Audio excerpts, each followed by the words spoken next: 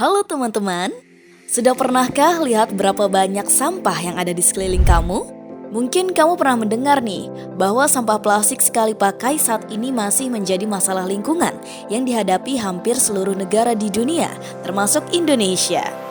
Sampah plastik sekali pakai ini masih sulit untuk terurai. Sampah ini banyak didapatkan dari penggunaan kemasan produk seperti makanan dan minuman, produk perawatan tubuh, serta produk kebersihan rumah tangga. Jenis sampah ini terdiri dari kemasan yang berasal dari plastik foam atau terdapat juga kemasan multilapis seperti saset atau pouch. Dampak buruk dari sampah plastik sekali pakai tidak hanya berpengaruh pada kualitas lingkungan, tetapi juga pada kesehatan manusia loh. Penelitian Discovery and Quantification of Plastic Particle Pollution in Human Blood tahun 2022 mendeteksi adanya mikroplastik dalam darah manusia. Lalu, terdapat studi terbaru yang diterbitkan pada jurnal Polymers yang menganalisis mikroplastik mengalir dalam ASI. Sebanyak 75% dari 34 ibu sehat di Roma, Italia terdeteksi menghasilkan ASI dengan kandungan mikroplastik seminggu setelah melahirkan. Mikroplastik ini bersifat layaknya transporter, memiliki kecenderungan mengikat racun yang membahayakan kesehatan manusia. Wah, ternyata dampak dari mikroplastik untuk manusia sangat mengerikan ya. Salah satu upaya pencegahan timbulnya sampah sesuai dengan amanah peraturan pemerintah adalah dengan guna ulang. Dengan semakin bertambahnya masalah sampah, sekarang sudah saatnya upaya guna ulang digencarkan. Saat ini, guna ulang dianggap sebagai solusi yang paling tepat untuk mengatasi timbulan sampah plastik sekali pakai yang sudah mulai banyak diaplikasikan di seluruh negara di dunia, termasuk Indonesia. Menerapkan gaya hidup guna ulang itu mudah kok. Di Indonesia sendiri sudah banyak nih tradisi atau kebiasaan yang telah menerapkan sistem guna ulang sejak zaman dahulu. Misalnya, membeli jamu dari mbok jamu dengan menggunakan gelas. Membeli mie bakso dari pedagang gerobak keliling yang menggunakan mangkok beling dan alat makan guna ulang, hingga membeli minuman yang dikemas dengan gelas atau botol kaca.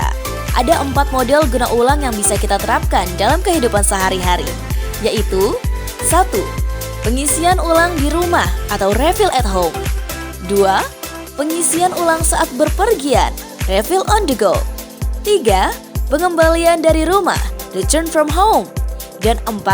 Pengembalian saat berpergian atau return on the go. Tanpa sadar, model guna ulang ini sudah kita lakukan sejak lama. Hal ini membuktikan bahwa guna ulang bukanlah hal yang baru. Untuk menyukseskan gerakan guna ulang ini, dibutuhkan peran berbagai pihak agar dapat berjalan dengan optimal. Gerakan Indonesia Diet Kantong Plastik melalui program Gerakan Guna Ulang Jakarta telah memetakan para pihak yang menjadi kunci penting dalam pembentukan ekosistem guna ulang menggunakan reuse infrastructure grid. Apa saja yang dibutuhkan dalam infrastruktur ini?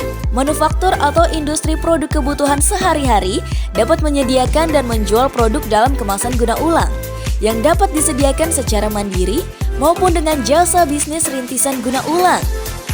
Produk-produk ini dapat didistribusikan di titik penjualan seperti pertokoan, pasar rakyat, warung, dan lainnya, sehingga konsumen dapat dengan mudah membelinya untuk digunakan. Kemasan produk yang sudah selesai digunakan dapat dikembalikan melalui titik-titik pengumpulan atau drop-off points, seperti di bank sampah, pertokoan, pasar rakyat, warung, dan titik lainnya yang dibentuk oleh pemerintah dan atau industri produk kebutuhan sehari-hari.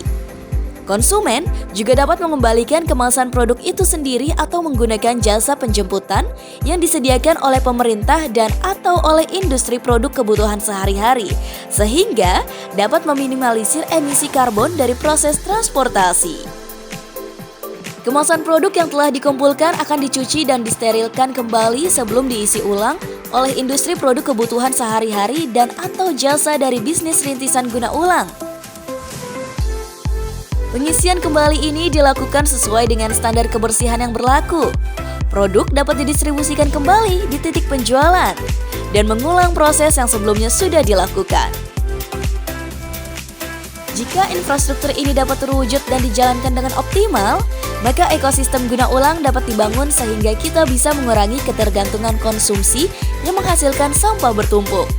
Dan juga dapat membantu mengurangi efek perubahan iklim dari masalah sampah yang tercecer di lingkungan. Yuk, dukung suksesnya gerakan guna ulang di Indonesia demi terwujudnya masa depan yang berkelanjutan.